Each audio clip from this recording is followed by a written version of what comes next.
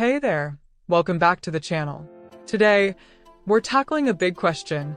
Should you get the Nintendo Switch OLED, stick with a standard Switch, or hold out for the upcoming Switch 2? With so many leaks and rumors about Nintendo's next console, we've got all the latest details. We're breaking down display differences, performance, battery life, and of course, what's coming with the Switch 2. If you already own a Switch or are thinking of getting one, stick around, because by the end of this video, you'll know exactly which one is right for you. Like what you're seeing? Tap that like button, subscribe, and be part of our awesome community. Your support helps us keep creating great content. And before we dive in, if you love all things Nintendo, hit that like button and subscribe so you don't miss any future updates. The original Nintendo Switch, launched in 2017, is a hybrid console that lets you play at home or on the go, and that's what made it such a huge hit. It comes with a 6.2-inch LCD screen, and in 2021, Nintendo introduced the Switch OLED.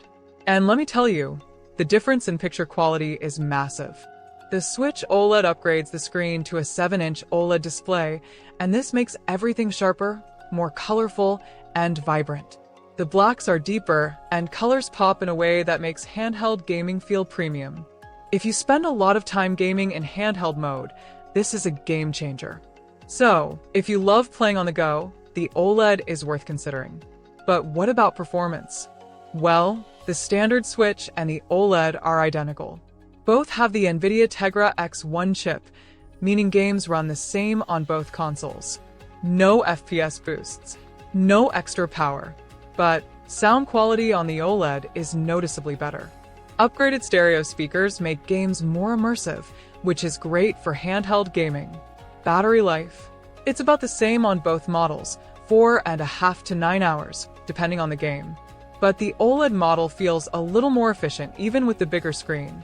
So if you're looking for more power, the Switch OLED won't give you that. The real upgrade is the screen, speakers, and slightly better battery life.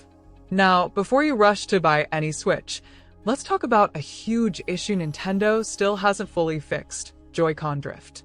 If you haven't experienced it yet, Joy-Con drift happens when the controller starts moving on its own even when you're not touching it. Super frustrating, especially in games that need precise movement, like Super Smash Bros. Or Mario Kart.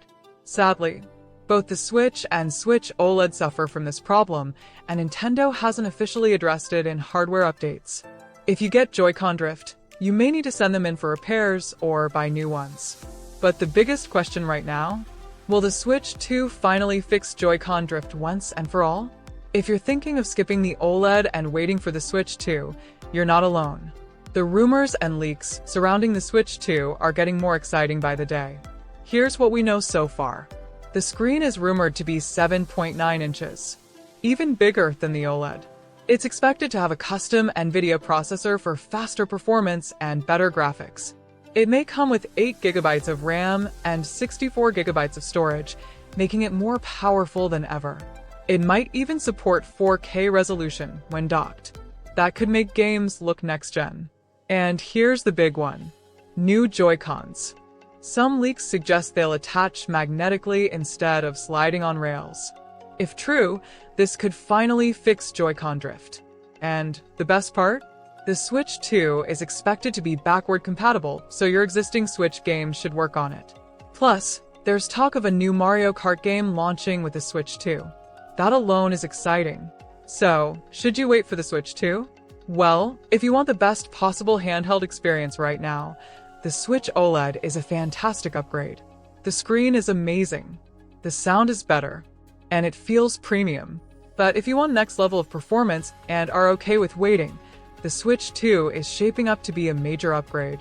With 4K graphics, more power, and possible Joy-Con improvements, it could be a huge step forward.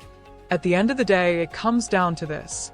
If you want to Switch now, go for the OLED. If you want the most powerful Nintendo experience, hold out for the Switch 2. So, let's wrap it up. If you game on the go a lot, the Switch OLED is worth it for the better screen and sound. If you mostly play docked, the standard Switch still holds up and saves you money. If you can wait for a bigger upgrade, the Switch 2 is looking like a major step forward. Nintendo hasn't officially revealed the Switch 2 yet, but rumors point to a late 2024 or early 2025 launch. So if you're excited about the Switch 2, make sure to subscribe and hit the bell icon because we'll keep you updated on every leak, trailer, and announcement. Let me know in the comments. Are you going for the Switch OLED, sticking with the standard Switch, or waiting for the Switch 2? And if this video helped you out, give it a thumbs up and subscribe for more Nintendo news. But here's the thing, what about third-party games? One of the biggest concerns with the current Nintendo Switch is how well it runs third-party titles. While first-party Nintendo games like Mario, Zelda, and Pokémon are optimized perfectly for the system, third-party titles like The Witcher 3, Doom Eternal, and Hogwarts Legacy have struggled to perform. Some of them run decently with lower resolutions and frame rates, but others rely on cloud streaming, which isn't ideal for everyone. Now, with the Switch 2, things could change in a big way. If the leaks are true and the new console includes a stronger NVIDIA chipset, more RAM, and better internal storage, we could see far better third-party support. This could mean higher frame rates, better textures, and smoother gameplay for major AAA games. Imagine playing something like Elden Ring or Grand Theft Auto 6 on a Switch 2 without compromises. That would be a massive step forward for Nintendo in competing with PlayStation and Xbox, especially when it comes to performance-heavy games. Now, here's an interesting question. Will the Switch 2 launch with an OLED screen like the latest model, or will it start with a basic LCD version and later upgrade? Nintendo has a history of releasing improved versions of their consoles over time. Just look at the 3DS lineup. It wouldn't be surprising if the first version of the Switch 2 has an LCD screen and an OLED version arrives a year or two later. If that happens, some players might wait even longer to get the OLED model. The standard Switch OLED was such a big upgrade visually, so Nintendo may try to use the same strategy again to keep selling new hardware over time. Either way, if you care a lot about screen quality, that's something to keep in mind. Alright, let's talk about price. The Nintendo Switch OLED currently costs $349, while the standard Switch is around $299. But how much will the Switch 2 cost? Leaks suggest the Switch 2 could land anywhere between $399 and $499, depending on how powerful the hardware is. Some reports suggest a $449 price tag, but it's unclear if that's for a base model or a premium version. Now, would that price make sense? Let's compare it to competitors. The PlayStation 5 Digital Edition costs $399. The Xbox Series X costs $499. The Steam Deck starts at $399. For Nintendo to stay competitive, a price around $400 to $450 seems likely. Anything higher than that, and it risks pushing casual gamers away. That being said, Nintendo is known for keeping costs lower than PlayStation and Xbox, so if they find a way to keep it under $400, that would be a game changer. One of the biggest questions about the Switch 2 is whether it will support old Switch games. Right now, Nintendo has hinted that they want to keep backward compatibility in place. This would mean you could play your current library of Switch games on the new system without having to repurchase them. But there's one possible catch. How will physical cartridges work? If Nintendo decides to change the game card slot on the Switch 2, older physical Switch games might not work unless they provide some kind of adapter. That's something to watch out for when Nintendo makes the official announcement. However, digital games are almost certainly going to be supported. With most modern consoles pushing digital purchases, Nintendo would likely let players bring over their digital Switch games to the new system. That would be great news for anyone who has built up a huge collection on the Nintendo eShop. Now, let's talk about the dock. One of the Switch's best features is its ability to switch seamlessly from handheld mode to docked mode. That's what makes it a hybrid console and sets it apart from PlayStation and Xbox.